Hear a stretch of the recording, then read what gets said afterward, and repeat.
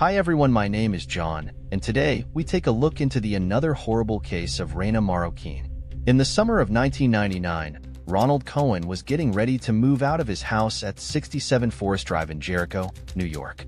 The night before he was supposed to move, Ronald decided to finally deal with an old 55-gallon drum that had been sitting in a dark corner of his basement since he bought the house in 1990. The drum was left by the previous owner, and because it was so heavy, Ronald had just left it there all these years. He never opened it because there were stickers on it that made him think there might be dangerous chemicals inside. The day before he moved, Ronald put the drum out on the curb for a waste removal company to pick up.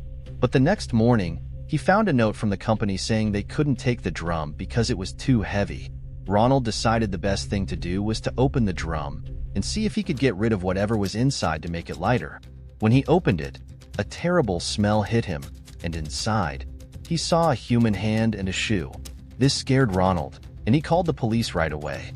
The police came and took the drum to their forensic team to check it out. Inside the drum, along with the horrible smell, they found the dried-up body of a woman. They also found plastic pellets, a plastic flower, some papers, and an address book, but they couldn't read them because they were covered in a strange green liquid. The doctors who looked at the body said it was a woman who was between 20 and 30 years old, probably Hispanic. She had been hit on the head several times, which killed her. They also found out she was pregnant, almost ready to have her baby. On the woman's body, they found 3 rings and a necklace that had, "To Patrice, with love, Uncle Phil," written on it. The police looked at the drum closely and found out it had a serial number and the name of the company that made it. They found out the drum was made in 1965 for a company that made plastic flowers. The owner of this company was Howard Elkins, and interestingly, he was also the first person to own the house where Ronald found the drum. The green liquid in the drum was a dye used for coloring the plastic flowers. The police also managed to read some of the stuff in the address book by using a special light. They could see a permanent residence card and 2 names with phone numbers. One number was for a woman named Kathy Andrade, and the other was for Howard Elkins, the man who owned the plastic flower company and the first house owner. This was the beginning of a mystery that involved looking back many years to understand the story of the woman in the drum, her connection to the house, and how her fate was sealed in such a tragic and mysterious way. In a twist that sounds like it's straight from a mystery novel, the investigation into the discovery of a barrel containing a mummified woman led detectives to Kathy Andrade. Remarkably, Kathy had not only maintained the same phone number over the years, but also continued to live in the same apartment. Upon hearing the investigator's story, Kathy didn't hesitate for a second to identify the woman in the barrel as her friend, Reyna Marroquín, who had vanished without a trace 30 years prior. Reyna Angelica Marroquín's story begins in El Salvador, where she was born on December 2, 1941. Little is known about her life in her homeland, aside from a brief marriage that ended in disappointment. In pursuit of a fresh start and the American dream, Reyna made a bold move in August 1966, leaving behind her past and setting her sights on New York City. She shared with her mother dreams of making something of herself, a hope that many immigrants carry with them to new shores. Upon arriving in New York, Reyna found herself in Manhattan, securing a place to stay in a foster home dedicated to women. Eager to integrate and build her new life, she enrolled in English language classes. These classes were a stepping stone for Reyna, who soon found employment at Melrose Plastics, a factory that produced plastic flowers.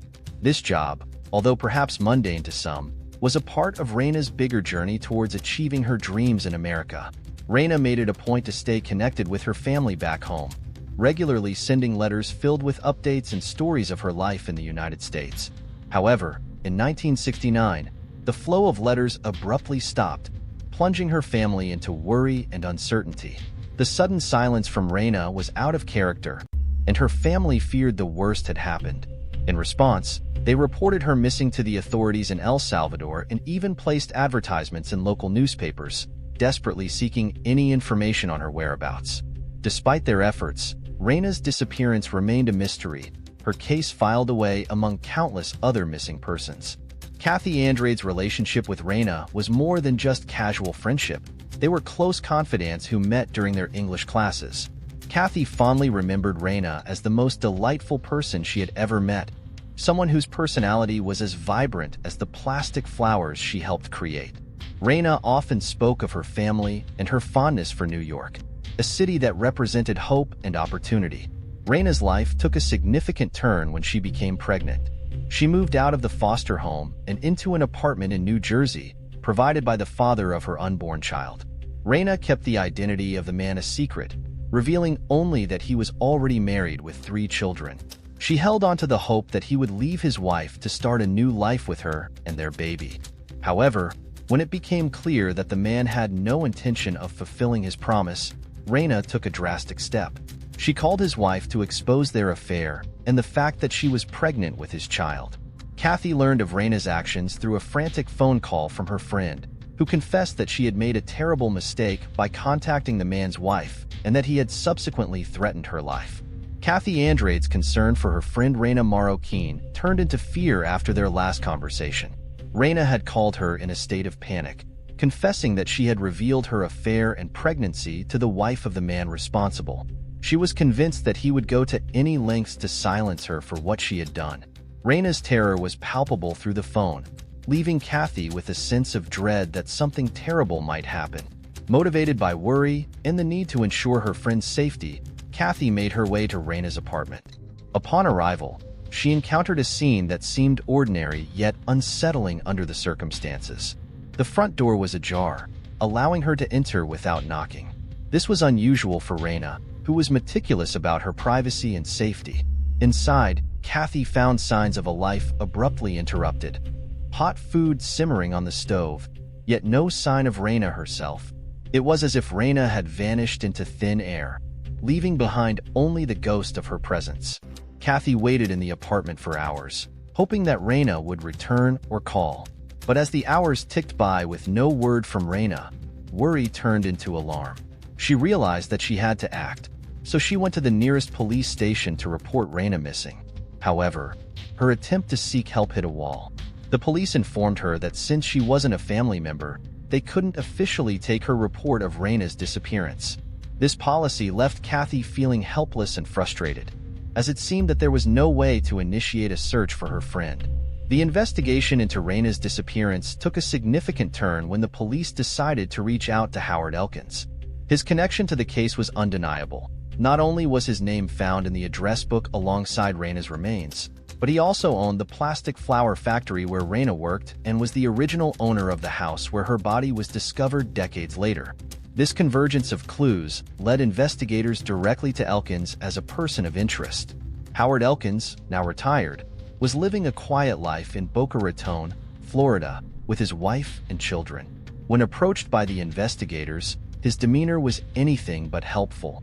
He acknowledged his ownership of the plastic flower factory but denied any recognition of the barrel or the green dye found with Reyna's remains. His claim that his company never used such chemicals raised eyebrows, given the evidence found alongside Reyna's body. Despite his initial denials, a crack appeared in Elkins' facade when he admitted to having had an extramarital affair with one of his employees. This confession was a turning point in the conversation, yet Elkins claimed he could not recall her name or what she looked like. This vague acknowledgement contrasted sharply with the details emerging from the investigation, painting a picture of a man who was perhaps more involved than he was willing to admit. When the detectives confronted Howard Elkins about Reyna Marroquín's disappearance, he insisted he knew nothing about it. He couldn't, or perhaps wouldn't, explain why his name was found in Reyna's address book. Howard's evasive answers and his refusal to acknowledge any connection to Reyna only fueled the investigators' suspicions. The situation reached a turning point when Sergeant Robert Edwards requested a DNA sample from Howard to compare with the DNA of Reyna's unborn child. Howard's outright refusal to cooperate and his insistence that the detectives leave before his wife returned home raised red flags. Despite his objections, the investigators informed him they would be back with a court order to obtain the DNA sample they needed, convinced of his involvement in the case. However, before the detectives could return, Howard took a drastic and final step. The 70-year-old drove to a nearby Walmart, purchased a shotgun and ammunition, and tragically ended his life in his garage. His son was the one to find him. This shocking turn of events left the community and the investigating team in disbelief. In the aftermath, police were able to collect blood samples from Howard at the scene of his suicide. Despite the challenges of analyzing DNA that had degraded over 30 years, advancements in forensic science allowed them to confirm that Howard Elkins was indeed the father of Reyna's child. This revelation seemed to offer an explanation for Howard's desperate act, as Sergeant Edwards surmised that guilt and fear of the truth coming to light had led him to take his own life. Sergeant Edwards pieced together what he believed had happened. Howard had gone to Reyna's apartment on that fateful day in 1969, abducted her, and took her life at the factory. He then placed her body in the barrel, intending to dispose of it in the ocean. However, after filling the barrel with plastic pellets to ensure it would sink, Howard discovered it was too heavy to move and ultimately left it in the basement of his Nassau County home. The resolution of the case brought long-awaited closure to Reyna's family, though it came with a heavy heart. Reyna's mother, aged 95, revealed to a newspaper that she had dreamed of her daughter trapped inside a barrel. The discovery of Reyna's remains allowed her family to finally lay her to rest in El Salvador, and a month after Reyna was buried, her mother passed away. For Reyna's sister, Dora, the bond with her sister remains unbroken. Despite the decades that have passed and the tragic circumstances of Reyna's death, Dora feels Reyna's presence is still with them. The family holds on to their memories of Reyna, a testament to their love and the indelible mark she left on their lives. In facing the truth of Reyna's fate, her family honors her memory, ensuring that she will never be forgotten.